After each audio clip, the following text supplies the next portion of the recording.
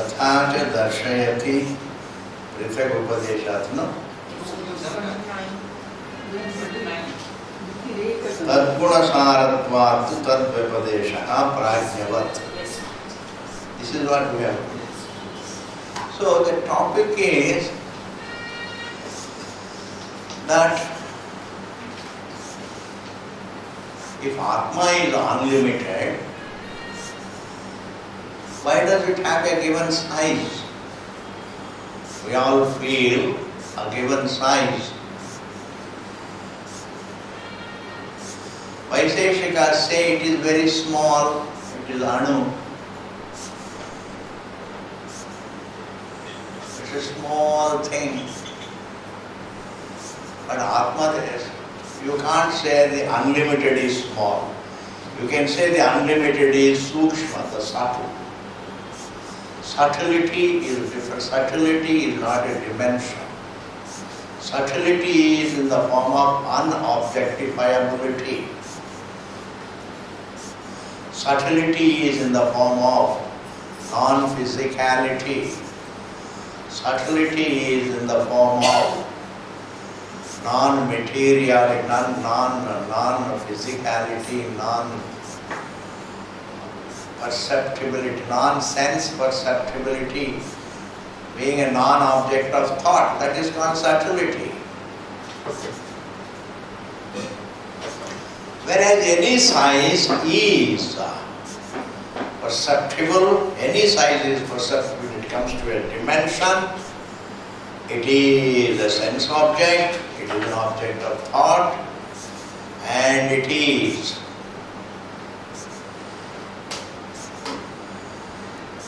a physical thing which cannot be perceived by the bare senses, then it can be perceived by the aided senses, aided thought, aided mind. Acts are not important, it is objectifiable, and that's it. Whether I have the means, whether my eyes are able to objectify it or not, but your definition of the Atma to have a small size makes it objectifiable. It is objectifiable. Laddus are eatable. Whether you can eat or not, that is a different matter, but they are eatable. What about 100 laddus? They are also eatable.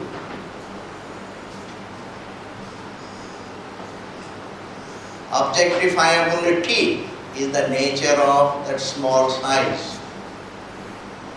But the Anu does not mean in the Shastra small. Anu means subtler than the subtle, not smaller than the smallest. Subtler than the subtlest.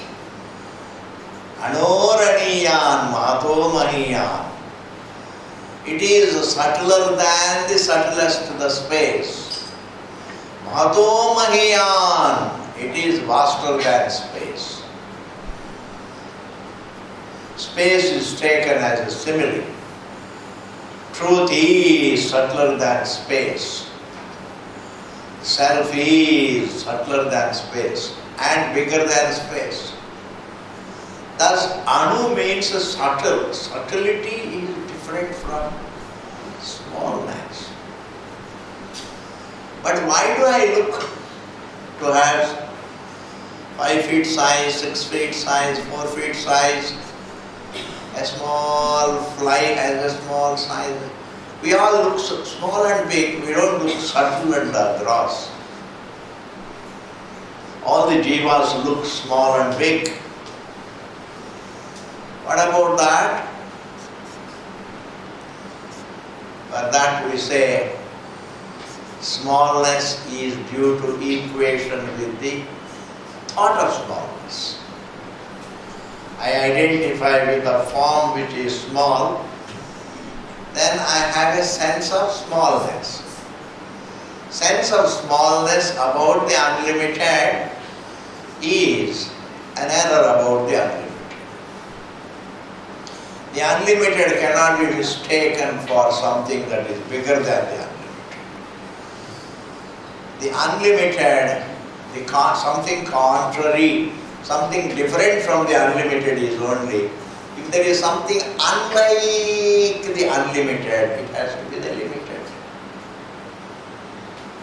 If it is a given object, there are so many things unlike it. Snake is unlike the rope. Garland is unlike the rope. A stick is unlike the rope. You can impose anything. But if there is something that is unlike the unlimited, it has to be limited. Only one thing, limited. And in that limited there may be variety, but the entire variety boils down to the limited.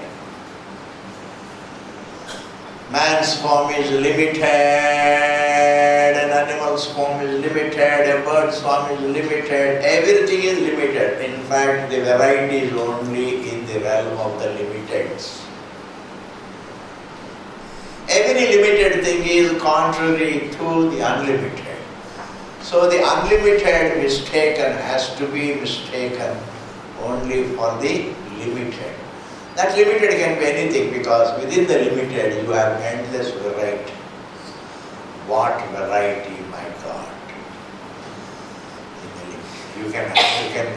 Truth can appear as an amoeba, it can appear as a mosquito, it can appear as a frog, it can appear as a reptile, a bird, an animal, a man, a whale. It doesn't matter.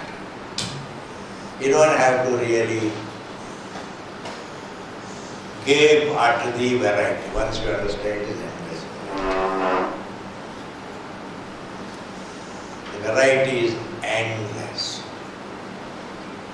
When the variety is endless, and therefore the size that is felt, that I am of this size, I am small in size, I am big in size, is all felt due to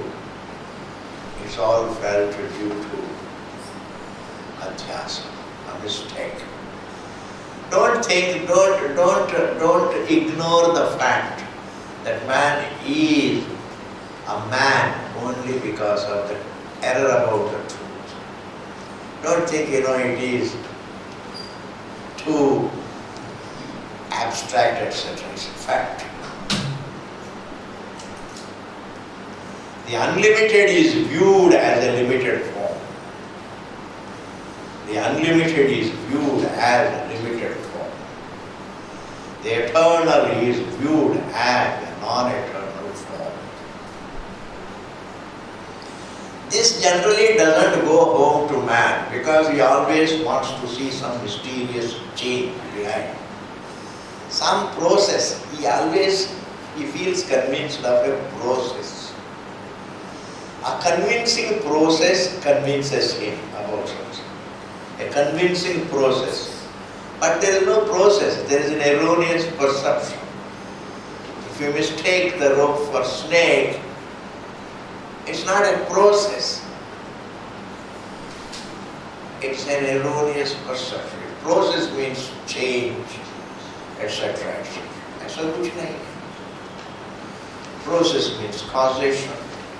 Man doesn't accept, he doesn't feel convinced at all.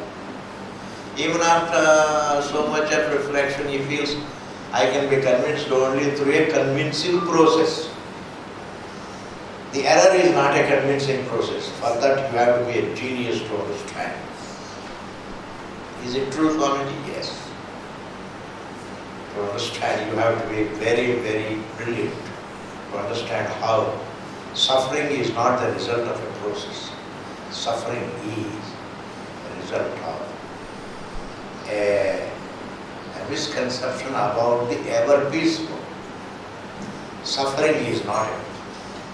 Even though inside the samsara it looks like a process, I don't eat, therefore I am feeling hungry and therefore I am unhappy, etc., etc. Behind every bit of unhappiness we see a process, but really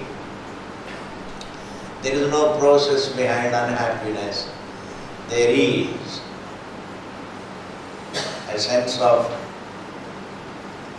embodiment. If I were not physical, I would not be vulnerable to pain.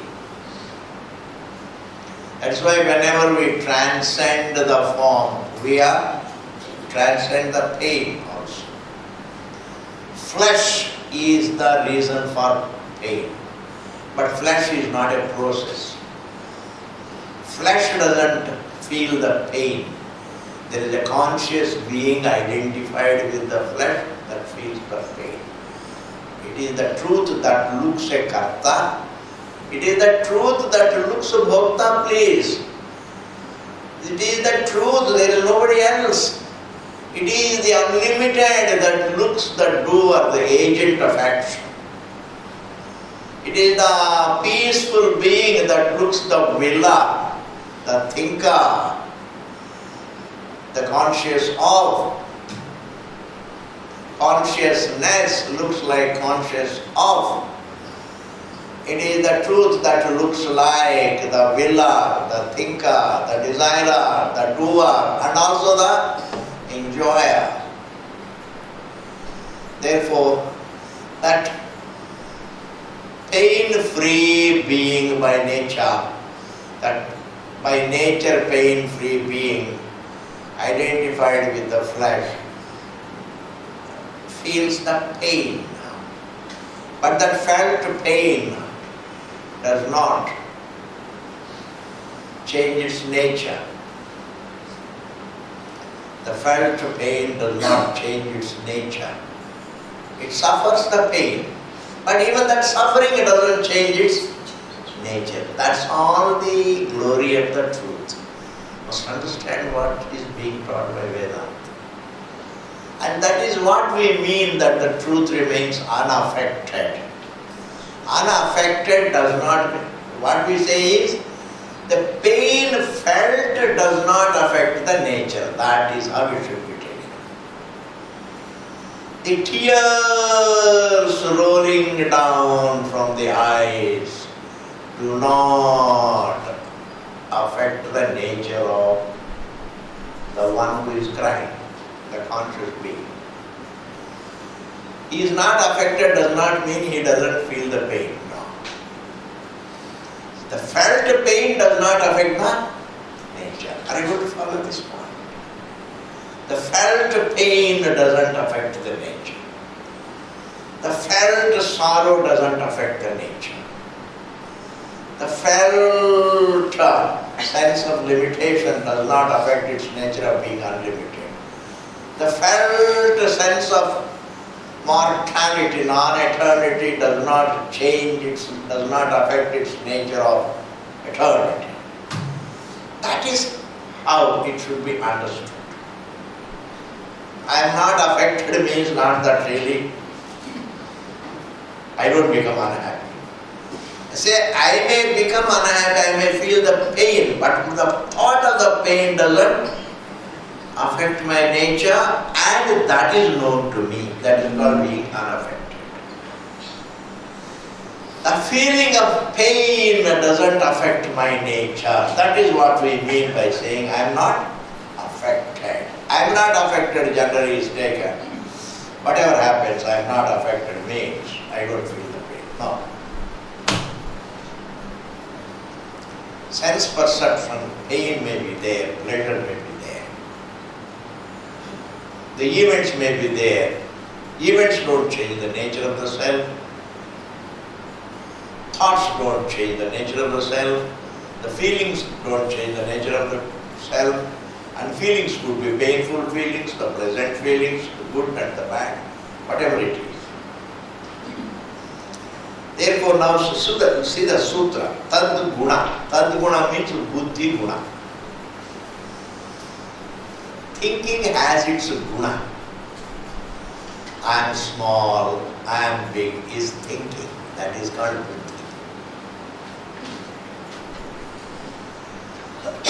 In a given context, buddhi means as different from the mind, as different from the memory. It is a faculty of determining. But in a general context, buddhi also means thinking, in contrast to the truth. ये बात बहुत जरूरी है. तद्गुण सारत्वात् means बुद्धि गुण सारत्वात्. The sense, you see, even erroneous sense of size is called the buddhi. It is buddhi. It is in the form of thought.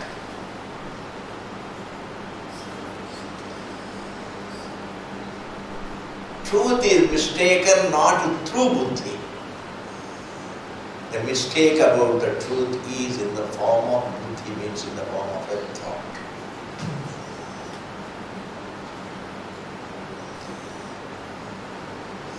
It is not in the form, not through the mind. The truth is understood not through the mind. One finds oneself as a form, and that finding oneself as a form is called in the form of thinking. I find myself thinking that I am a form. I find myself thinking that I am a form. Tadguna saratvat. Sara here means sambandhatvat. Tadguna sambandhatvat. Because the Atma is in identification with buddhi guna. Tad vyapadesha, that's how because the unlimited is associated with the sense of limitation, identified with the thinking as a thinker. Or the unlimited is identified with the form. Tad vyapadesha, there is a sense that I am limited, and there is a pratyaya and there is a vyapadesha. Pratyaya, shabda and pratyaya, and vyapadesha. Shabda means vyapadesha. Man who calls himself an individual because of the unlimited equation with the form, he looks at himself with a given size, and he also uses the language that I am of this size, etc. He talks about his dimensions, he thinks about his dimensions, and he thinks dimensions, he talks dimensions because of the unlimited, which has no dimensions. The unlimited has equation with a form that has dimensions. Tadguna saratvat tadvyapadesha is called so because of the tadguna sara. Tadguna, buddhi guna sambandha. बुद्धि का गुण जो है उसकी संबंध के कारण से man looks limited, man describes himself as limited. There is a sense of limitation, there is a sense of exclusiveness. I mean, an animal doesn't talk about its limitation, so what? It carries the sense of limitation. I am only here, not there. That is sense of limitation. I am only this form, not that form. I am only a cow, not the grass. That's why I am able to eat the grass. If the cow thinks I am grass also, then it can't. Therefore, the sense of division has to be there. Sense of limitation brings about the sense of division. Therefore,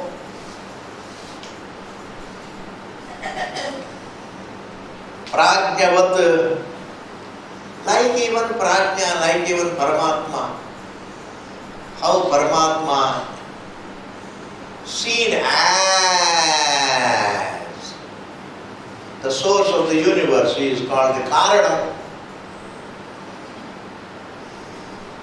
Seen related to the Saksham, he is called Sakshi. Seen related to the Anatma, it is called Atma. How the very truth, in the same manner, the same truth equated with a form, it is called a Jiva. As the source of the universe, the same Paramatma, like a Prajna. Prajnavat means here Paramatma is given, Atma is given as a Drishtanta for Atma ji. और कहाँ क्या देंगे? Rama Ravanayor Yuddham, the Yuddham between Rama and Ravana is like what it is? The Yuddham between Rama and Ravana is like Yuddham between Rama and Ravana. कहाँ simile है जी? The war between Rama and Ravana is like what? There is nothing like it. And you give the same thing as a simile. It's one of the chalaks of Indian scholarship. It's Indian scholarship. Chalaks of Indian great scholarship. Yes. Real great scholars. Rama Ravanayor Yuddham. Rama Ravanayor Yuddhameva.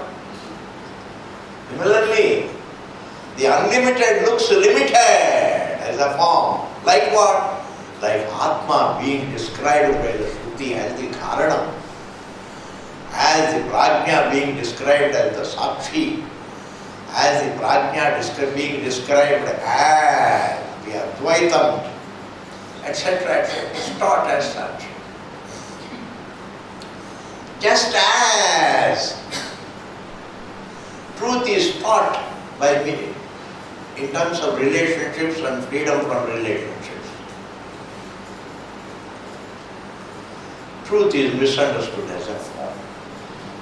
Therefore, dimension is not its nature. It is only buddhi mode.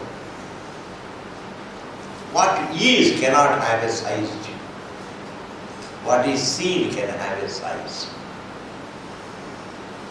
What I objectify. The objectified can have a size. The objectified sound can have a size. The objectified form can have a size. The one who objectifies is. Anything that can be objectified by awareness has a size. Awareness does not have a size. This is a very, very nice for reflection. Therefore, one's existence has no size. One's existence has no size. And one's existence is in the form of being. That's why unwittingly one calls oneself as I am. I am. Presupposing I am, you use any verb afterwards. I am going. I am coming. I am running. I am eating. Because you have to refer to the being to refer to the mistaken activity, doership. You can't refer to doership without referring to the existence.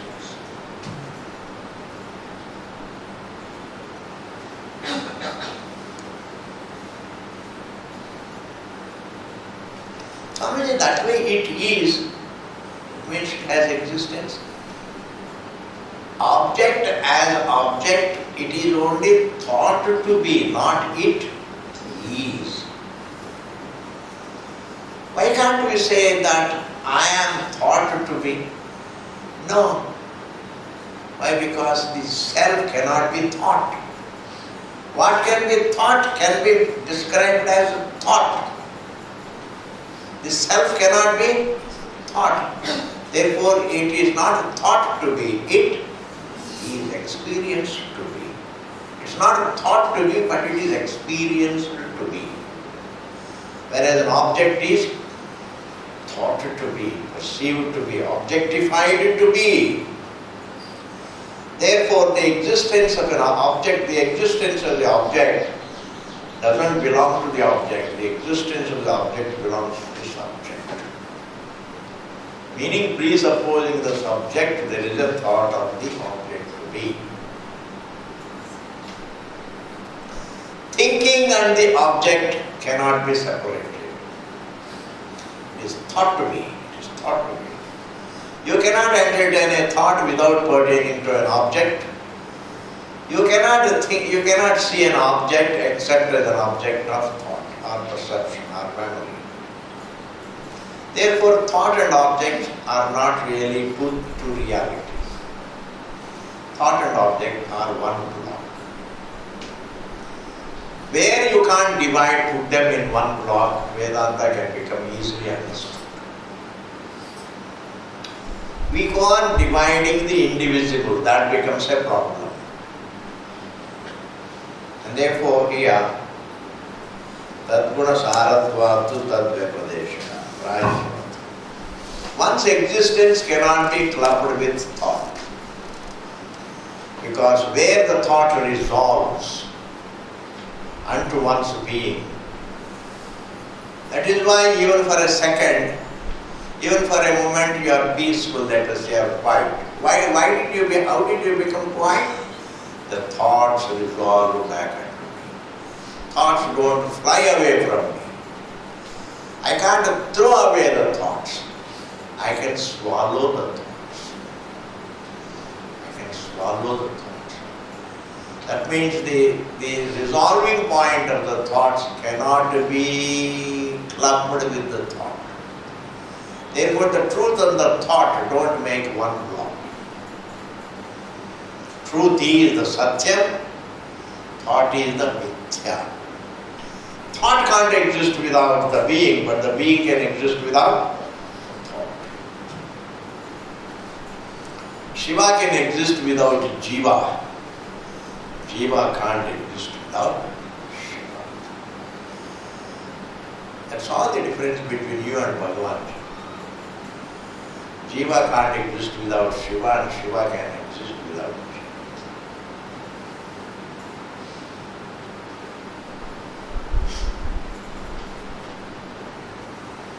Therefore, thought and the truth cannot be a block. God and the universe cannot make one block. God is independent of the universe. From God's point of view, there is no universe. What Vedanta? What it talks is something, even if a person can't really, you cannot do anything else. You are just stunned with what it says. There is a reality from whose point of view there is no universe. There is a being from whose point of view there is no samsara, there is no universe. There is no life, there is no death. Life is referred to from only life's point of view, not the source point of view. Creation is referred to only from the creation point of view, not from the source point of view. From the source point of view, there is no creation, therefore it is also not a source. It's not true. Therefore,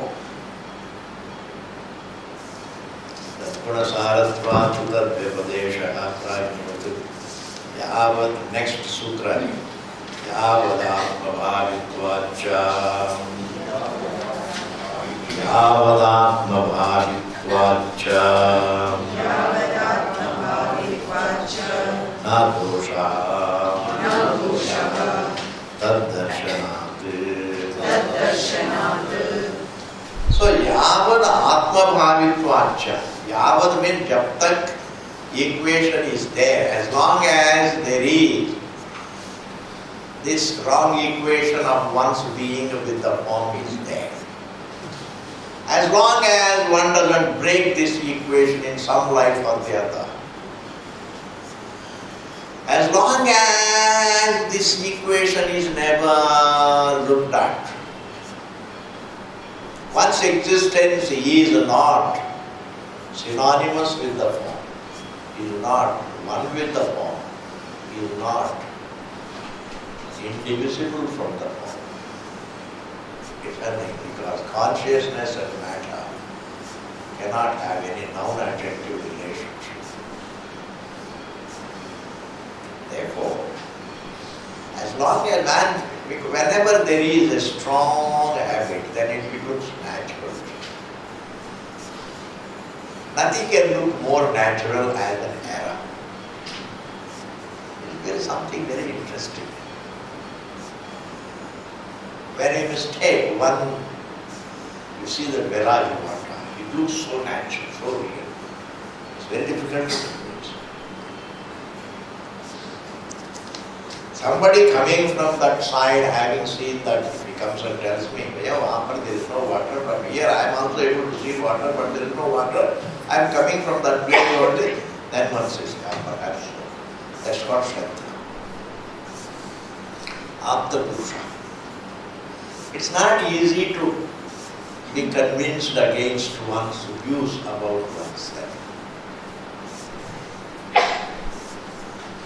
Because the same view, everybody has the same view that I am the form. Everybody has the same view that I am the form, I am the form. And therefore Shastra comes and says, you are not the form, it's God's vision. Shastra means the vision of God's vision. Yavad atma bhavitvacha na doshaha. As long as there is equation with the form, so long it can continue to have a sense of dimension. There is no dosha. That darshana that it is being shown also in the Shruti. That is overdue. Kumstvadivatvasya sataha abhivekti yogat Kumstvadivatvasya sataha abhivekti yogat. Supposing this equation with the form becomes unmanifest, what becomes unmanifest can also become manifest. Laya does not mean Bada. Resolution is not a disproval. What has Laya? To become unmanifest, becoming unmanifest can be followed by becoming manifest. Therefore, if something disappears, it becomes unmanifest, it doesn't mean it is gone for good. Supposing a person goes to sleep, it doesn't mean it's gone for good. He can again manifest. Similarly, in death also, the entire individuality becomes unmanifest. He can again become manifest. In this life also, from the unmanifest situation, he became manifest as a child. The non-existent cannot become existent, please. The unmanifest can only become manifest. The non-existent cannot become existent. The unmanifest can become manifest. Therefore, even if a person dies, this equation becomes unmanifest and it can again become manifest, it will continue. An error cannot go away until it is disproved. Even if I close my eyes to the snake and whenever I open the eyes again I see the snake, Laya is not the answer. Disappearance is not the answer. Disproval is the answer. A mistake has to be disproved. Disproved means corrected. Aisa nahi, there is no snake here. It's my wrong perception. That is the answer. For some time, supposing I divert my attention somewhere and I don't feel the snake, it doesn't mean the snake is gone. The error, if there were real snake, perhaps it may go. But if it is a notional snake, it will not go. I have to disprove it. That is why even after many lives, the problem will be there. Individuality, sense of limitation has to be corrected. What is that? It's hitting the mic. No.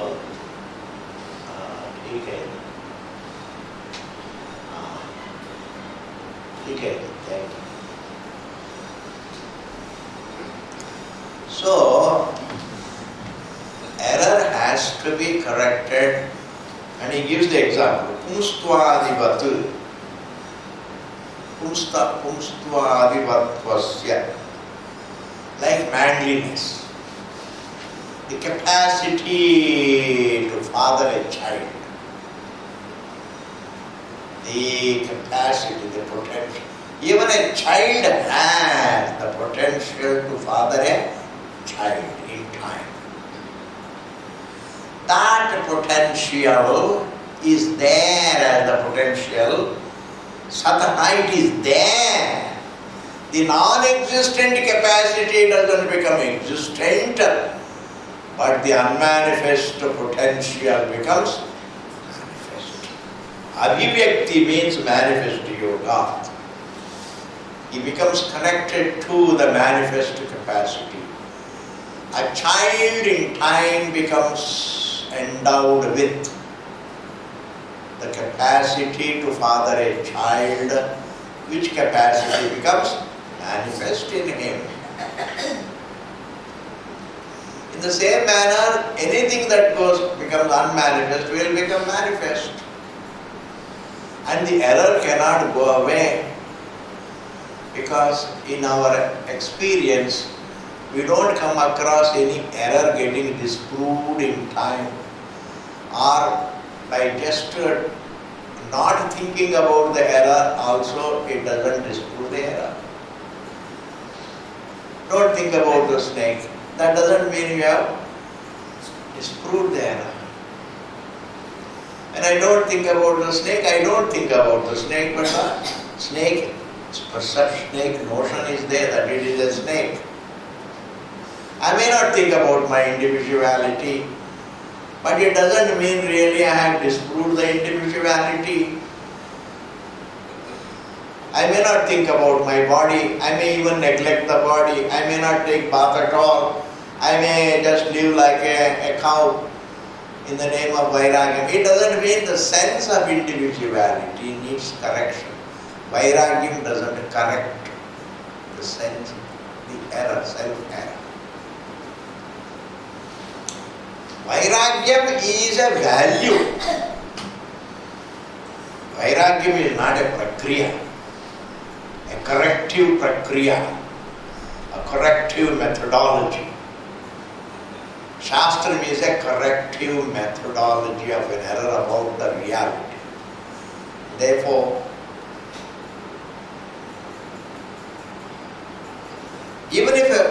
why does a man feel a sense of smallness?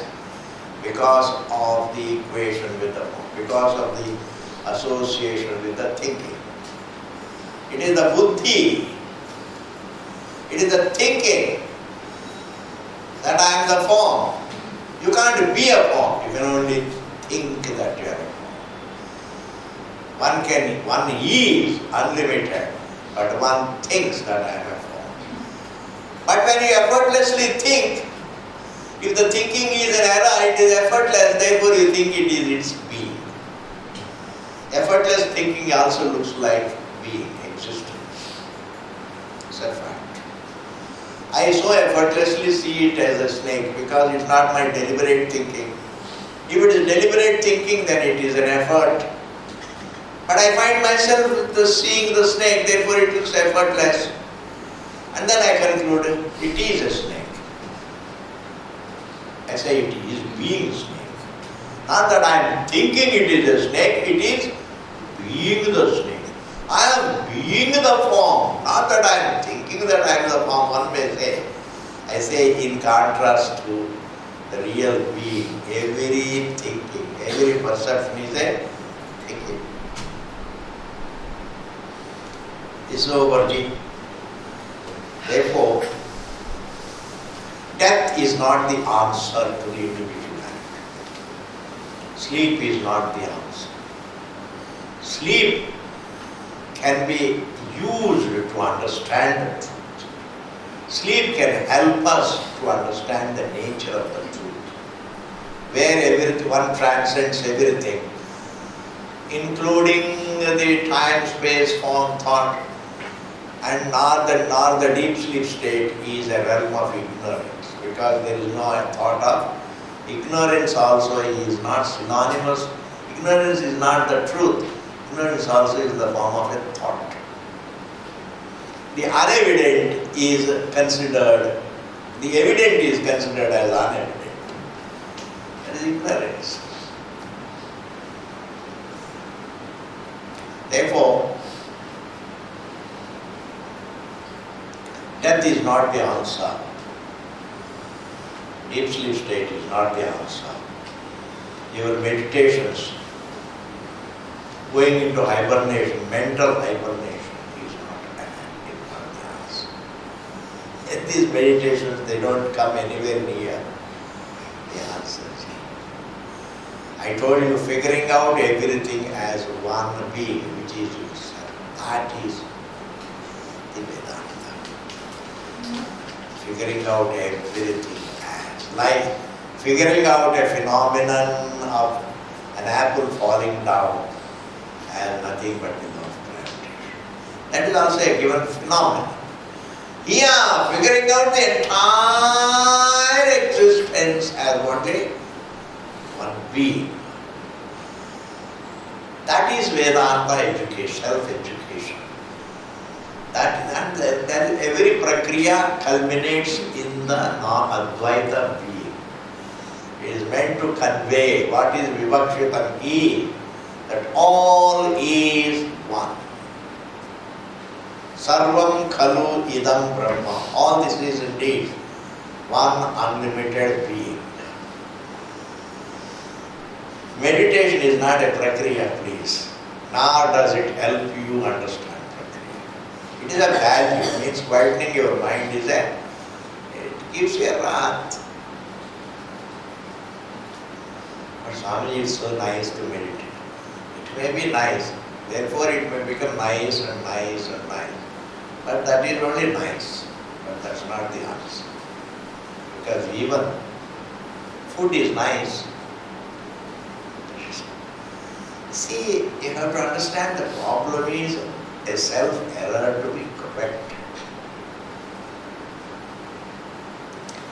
Therefore, trying to forget one's sense of individuality is not the answer. Because what is forgotten can again become manifest. What has laya can again become manifest. Nityopalabdhi, anupalabdhi, prasanga. Let us read it. Nityopalabdhi, anupalabdhi, prasanga, anyatara niyamo va, anyatha. Anyatha means lest or else. If the sense of smallness is not due to the association with the buddhi, then sense of smallness would be the nature of the truth. If the sense of smallness were the nature of the truth, then it would be either always there or it would never be there. Either it would be manifest forever or unmanifest forever. The sense of smallness is not the nature of the self. If it were the nature, then it would not have a phase of now becoming manifest and now unmanifest. Now manifest, now unmanifest. Again going back. The tree cannot go back into the seed and become unmanifest. It may give us another seed, that is a different matter. But it can't go back into the same seed. Whereas the water can go back into the same water. The wave can go back into the same water. The sense of individuality can go back into the same cell. The sense of size can go back into the same cell. It can appear in the same self again and again resolve onto the same self again and again. That kind of thing is only an error, where there is no process. Maya Srishti can have again and again Srishti and again have Maya. Therefore, the Maya Srishti looks again and again. Maya Srishti again disappears again and again.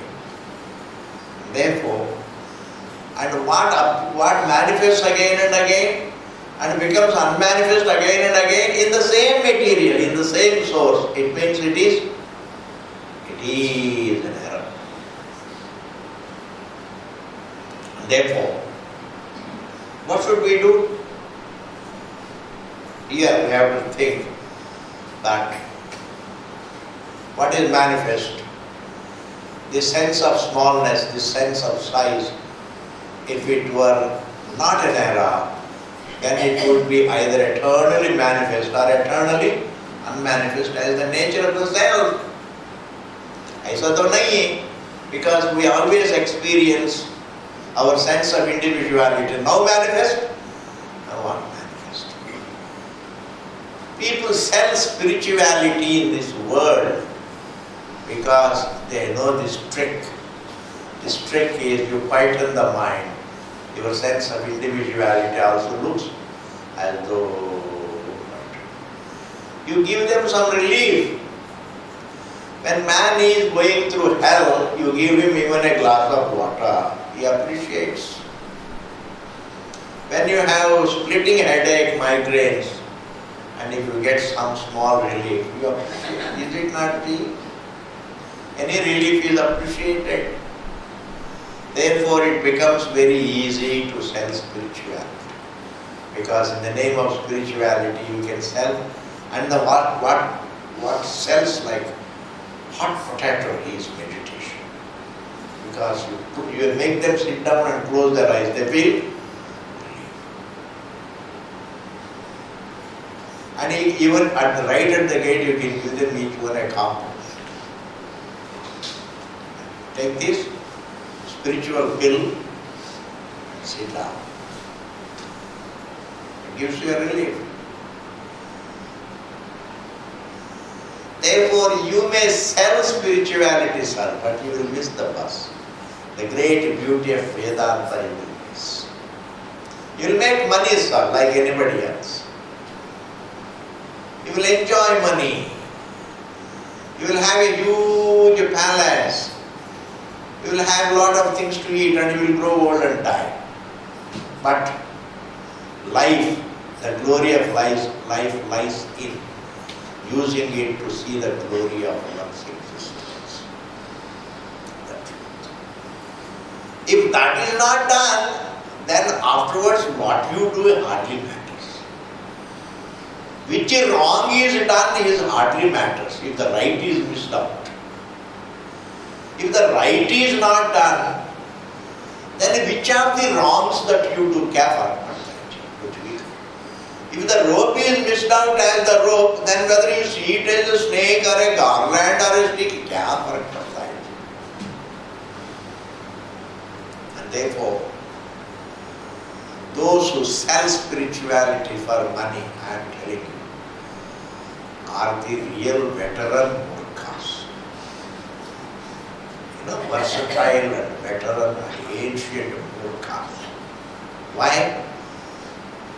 पश्यन्ना पिचना पश्यति मूढ़ा, भगवान शंकराचार्य जी से देखते हुए भी नहीं देखते. They see how valuable it is, but still they don't see it properly. देखते हुए भी, they see that the drinking is bad, and yet they drink. That means देखते हुए भी नहीं देखते. This is the human problem. Pashyanna pichana pashyati mudha. Bhajugo vindam bhajugo. Everybody knows dishonesty is wrong, and yet he commits it. That means what? Pashyanna pichana pashyati. देखते हुए भी नहीं देखते. देखते हुए भी नहीं देखते. And with all these, you may build an empire and enjoy for a few years. You were enjoying length of life is only for 10 years. Once you touch 60, even if you have money, you can't. Your liver goes for a toss. Your liver goes. You can't digest too much. Therefore, life should be lived only to know the truth. Life is best used up. If it is used, look at your existence. You don't have to understand greatly. at least make your existence look at. Just as one goes on looking at one's form in the mirror throughout life. Many people collapse right in front of the mirror.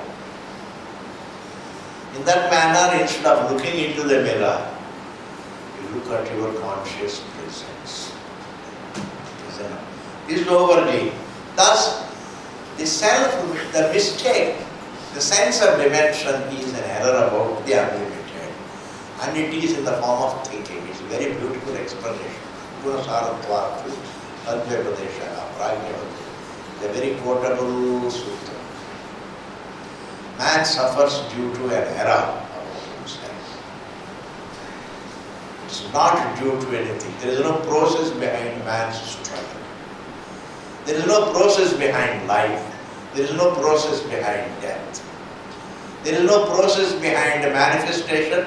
There is no process behind unmanifestation.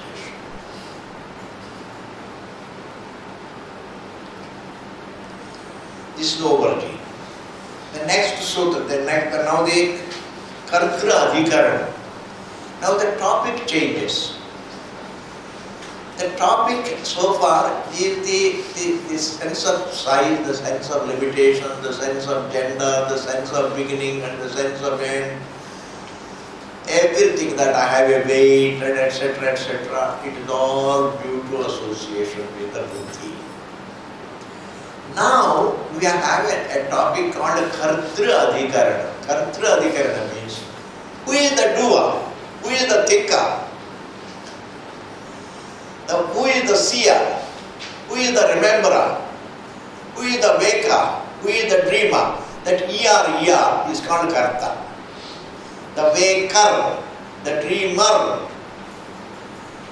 the perceiver, the thinker, the doer,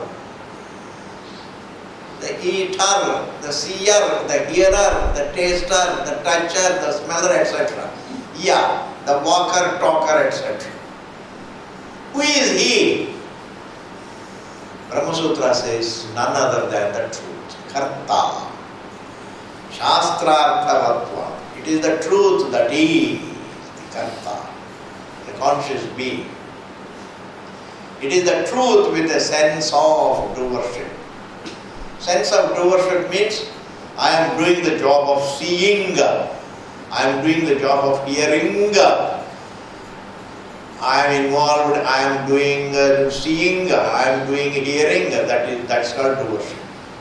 I am doing thinking, I am doing waking up, I am doing keeping awake, I am doing dreaming, and I am doing also transcending everything. In this manner, man always looks at himself as a doer. This is called doership, karta. This karta is none other than the conscious. The body doesn't entertain a feeling that I am the doer. The body doesn't feel I am the doer. The body doesn't feel I am the seer, hearer, taster, toucher. There is a conscious being who sees the waking world, who sees the dream world, who experiences the deep sleep state. Body cannot do that. Because inside the dream state there is no body. This body is not there. In the deep sleep state this body is not felt. Therefore the experiencer is not the body. The experiencer. I am doing the experience of this and this, etc. That experiencer. Yes, he feels a sense of limitation, but he is none other than the truth. Karta. Bhagavan himself stands as the Karta. Shastra Arthavatvat. If the eternal is not the Karta, the Karmakanda loses its value. That means the one who does has to continue to be there. The one who does actions has to be there beyond this life, so that he can enjoy the results. Supposing the doer dies in this life, then who is going to enjoy the results? of his actions. No, we can ignore that point. Why? People just say that whatever is uncomfortable is there. It's not like marriage, any girl who is uncomfortable will leave her. A breakup is not, you can't exclude any data. Every data has to be taken into account. Why? See, if I were non-eternal, then who would enjoy the results? And if I were non-eternal, and if I began my existence with this life, if everybody begins his existence with his life, if he was non-existent before, then why these disparities like how will such good events fall on him, some bad events fall on somebody? Why? The variety of the present, the variety of fruits, different people get different fruits descending on their head. They don't do anything now. I don't do anything now to choose the family of my birth, etc. Where I am born, into which family I am born, it cannot be decided by the present. Therefore, one thing is, I can't start my existence with this life. If I started my existence with this life, and if everybody started his existence with this life, then you can't explain away the different fruits falling on different heads. Without doing anything on my part, I didn't do anything, but yet lot of sukham comes to me. I didn't work hard, I was a lazy person and a lot of sukham comes on to me. Somebody left a will of say a few billions on my name, and people come in search of me to give me the check. Does it happen like that? Can comfort be just accidental? Can discomfort be accidental? I don't think so. If it is accidental, then you can accept everything as accidental. And then even your statement that everything is accidental also is accidental then it cancels out. That means nothing is accidental. Yes. Nothing is accidental. You understand this logic? If everything is accidental, then your statement that is accidental is also accidental, and therefore your statement, your statement which is accidental only says that everything else is accidental. That means nothing is accidental. It cancels out. If a person who is mithya calls everything as mithya, then it is not acceptable. Mithya can be described only as mithya from the point of view of satya, in relation to satya. The false cannot be false in relation to another false. A bluff is a bluff, not in relation to another bluff. A bluff is a bluff in relation to the truth. Therefore, if karma kanda has to be useful, if karma kanda has to be fruitful, if karma kanda has to be valid, the one who performs all the rituals has to be eternal. Karta, Shastra Arthavatvat. Then alone karma kanda becomes valid. At least you few people understand your Shastra practice, you have an opportunity. If you don't have a worry about your food and etc. Understand, use this life to understand Shastra. Man does he has a lot of aspirations for the future, and if he is going to be eternal, he has aspirations for eternity. In fact, he has aspiration for eternity. I want to be and be forever. Therefore, if karma kanda has to be valid, the karta has to be eternal. If the law of karma has to be true, then the karta has to be eternal. If the karta has to be eternal, means it is the eternal that looks like karta. It is the eternal akarta that looks like karta. Therefore, it is not that akarta is different and karta is different. No. They are unlike. Kartrutvam and akartrutvam are unlike each other. But the one who is akarta looks karta. It is the water that looks like a wave.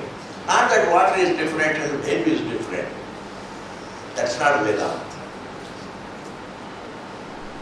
It is the water that looks like a wave, without losing its identity as water. Akarta looks like a karta without losing its nature as being akarta.